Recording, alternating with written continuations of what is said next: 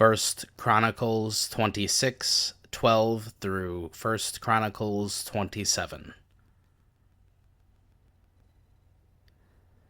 To these divisions of the gatekeepers, to the chief men, were given duties like their relatives, to serve in the house of the Lord. They cast lots, the small and the great alike, according to their fathers' households, for every gate. The lot to the east fell to Shelemiah. Then they cast lots for his son Zechariah, a counselor with insight, and his lot came out to the north. For Obed-Edom it fell to the south, and to his sons went to the storehouse. For Shuppim and Hosa it was to the west, by the gate of Shalsheth, on the ascending highway.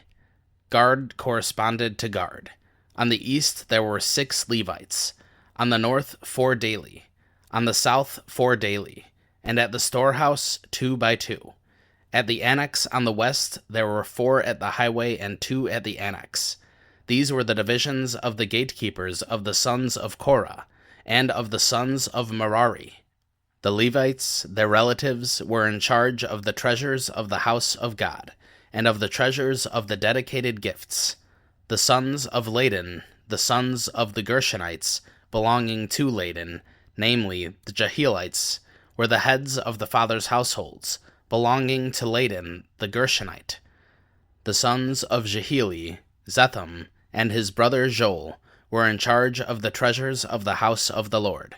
As for the Amramites, the Izharites, the Hebronites, and the Uzzielites, Shebuel, the son of Gershom, the son of Moses, was officer over the treasures. His relatives by Eleazar were Rehabiah his son, Jeshiah his son, Joram his son, Zichri his son, and Shelomoth his son.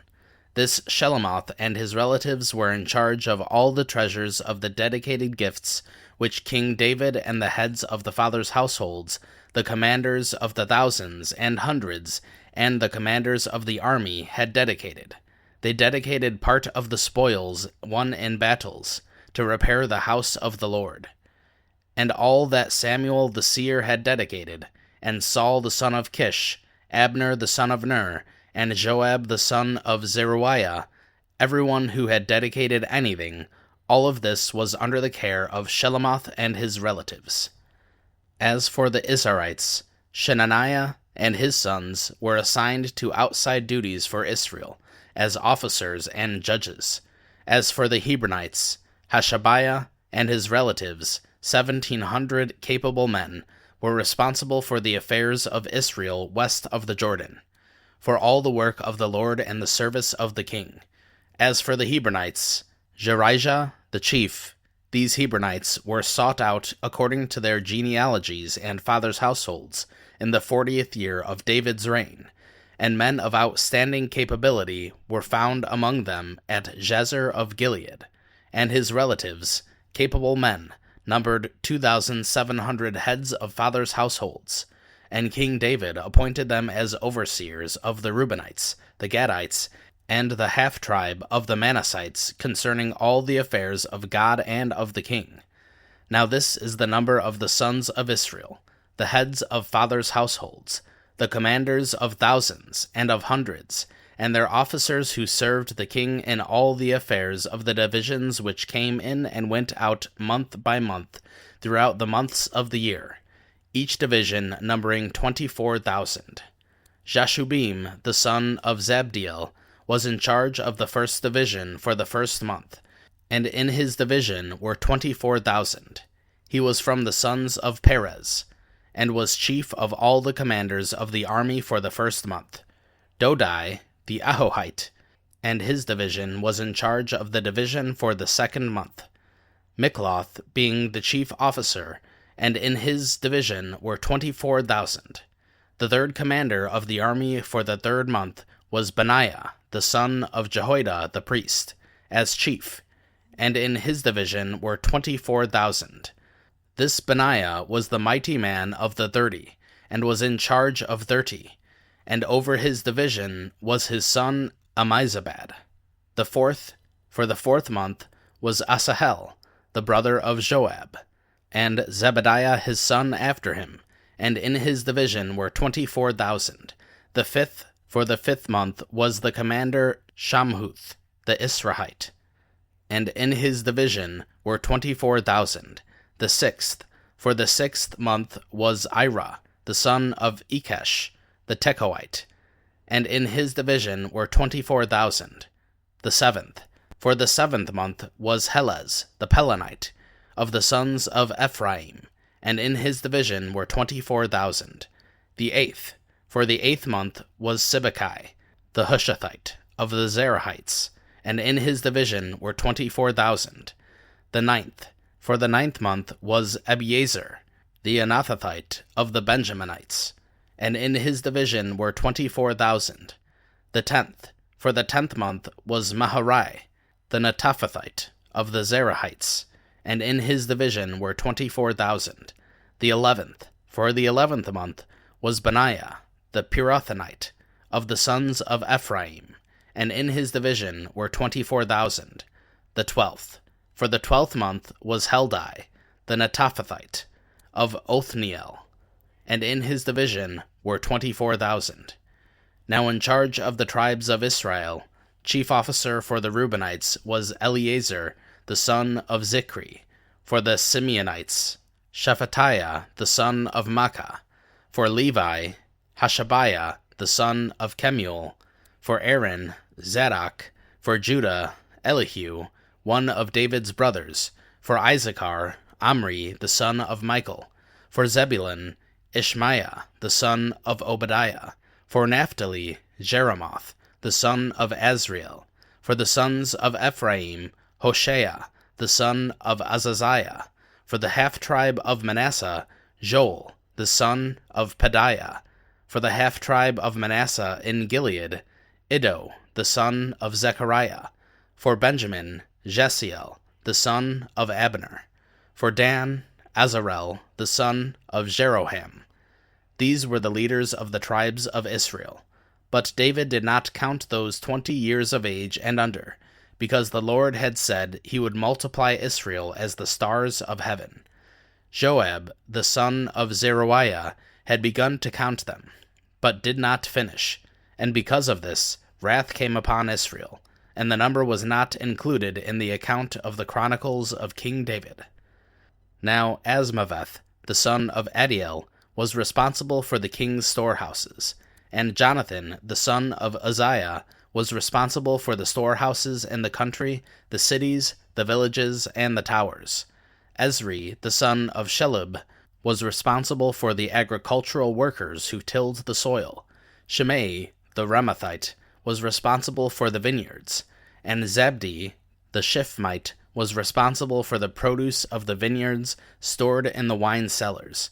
Baal-Hanan, the Gederite, was responsible for the olive and sycamore trees in the Shephelah, and Joash was responsible for the stores of oil.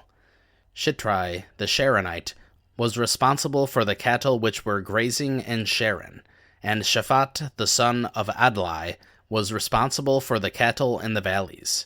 Obil, the Ishmaelite, was responsible for the camels, and Jedeah, the Meronothite, was responsible for the donkeys. Jeziz, the Hagrite, was responsible for the flocks. All these were overseers of the property which belonged to King David. Also Jonathan, David's uncle, was a counselor, a man of understanding, and a scribe. And Jehiel, the son of Hakmoni, tutored the king's sons. Ahithophel was counselor to the king, and Hushai, the Archite, was the king's friend. Jehoiada, the son of Benaiah, and Abiathar succeeded Ahithophel, and Joab was the commander of the king's army. Matthew 17.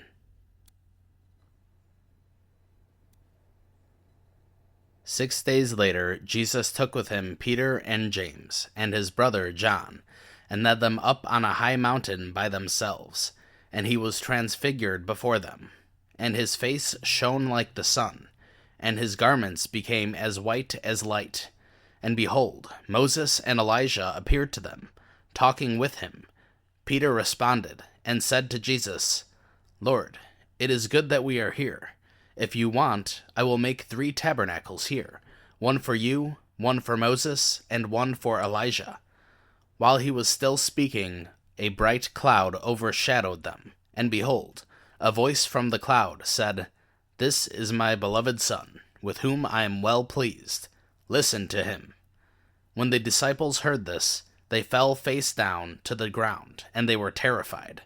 And Jesus came to them and touched them and said, "Get up, and do not be afraid." And raising their eyes, they saw no one except Jesus himself alone. When they were coming down from the mountain, Jesus commanded them, saying, "Tell the vision to no one until the Son of Man has risen from the dead." And his disciples asked him, "Why then do the scribes say that Elijah must come first?" And he answered and said, "Elijah is coming, and will restore all things. But I say to you that Elijah already came, and they did not recognize him, but did to him whatever they wanted. So also the Son of Man is going to suffer at their hands." Then the disciples understood that he had spoken to them about John the Baptist. When they came to the crowd, a man came up to Jesus, falling on his knees before him, and saying, "Lord, have mercy on my son, because he has seizures and suffers terribly, for he often falls into the fire, and often into the water. I brought him to your disciples, and they could not cure him." And Jesus answered and said, "You unbelieving and perverse generation, how long shall I be with you? How long shall I put up with you? Bring him here to me." And Jesus rebuked him, and the demon came out of him, and the boy was healed at once. Then the disciples came to Jesus privately, and said, "Why could we not cast it out?" And he said to them, "Because of your meager faith. For truly I say to you, if you have faith the size of a mustard seed, you will say to this mountain, 'Move from here to there,' and it will move, and nothing will be impossible for you." And while they were gathering together in Galilee, Jesus said to them, "The Son of Man is going to be handed over to men, and they will kill him, and he will be raised on the 3rd day." And they were deeply grieved. Now when they came to Capernaum, those who collected the 2 drachma tax came to Peter and said, "Does your teacher not pay the 2 drachma tax?" He said, "Yes." And when he came into the house, Jesus spoke to him first, saying, "What do you think, Simon? From whom do the kings of the earth collect customs or poll tax? From their sons or from strangers?" When Peter said, "From strangers," Jesus said to them, "Then the sons are exempt. However, so that we do not offend them, go to the sea, and throw in a hook, and take the first fish that comes up, and when you open its mouth, you will find a stater. Take that, and give it to them for you and me."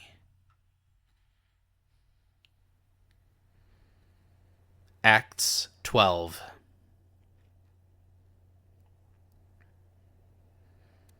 Now about that time, Herod the king laid hands on some who belonged to the church, to do them harm.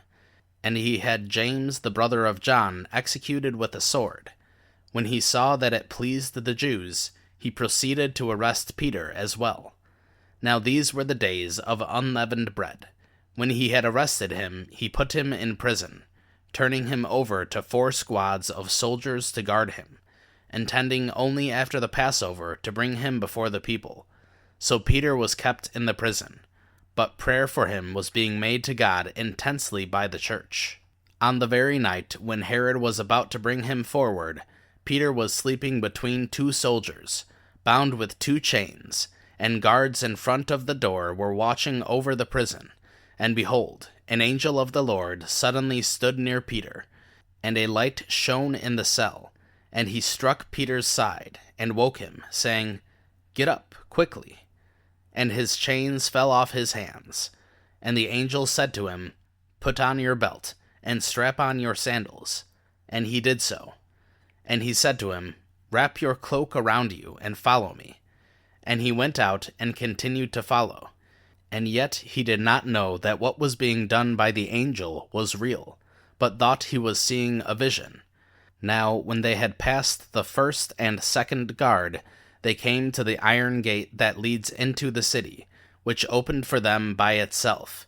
And they went out and went along one street, and immediately the angel departed from him. When Peter came to himself, he said, "Now I know for sure that the Lord has sent forth his angel and rescued me from the hand of Herod, and from all that the Jewish people were expecting." And when he realized this, he went to the house of Mary, the mother of John, who was also called Mark, where many were gathered together and were praying. When he knocked at the door of a gate, a slave woman named Rhoda came to answer. When she recognized Peter's voice, because of her joy, she did not open the gate, but ran in and announced that Peter was standing in the front of the gate. They said to her, "You are out of your mind." But she kept insisting that it was so. They said, "It is his angel." But Peter continued knocking, and when they had opened the door, they saw him and were amazed. But motioning to them with his hand to be silent, he described to them how the Lord had led him out of the prison. And he said, "Report these things to James and the brothers." Then he left and went to another place. Now when day came, there was no small disturbance among the soldiers as to what could have become of Peter. When Herod had searched for him and had not found him, he examined the guards and ordered that they be led away to execution. Then he went down from Judea to Caesarea, and was spending time there. Now he was very angry with the people of Tyre and Sidon, and with one mind they came to him. And having won over Blastus the kings of Chamberlain, they were asking for peace, because their country was supported with grain from the king's country. On an appointed day, after putting on his royal apparel, Herod took his seat on the rostrum, and began delivering an address to them. The people repeatedly cried out, "The voice of a god, and not of a man." And immediately an angel of the Lord struck him because he did not give God the glory, and he was eaten by worms and died. But the word of the Lord continued to grow and to be multiplied, and Barnabas and Saul returned when they had fulfilled their mission to Jerusalem, taking along with them John, who was also called Mark. Proverbs 7, 1-5.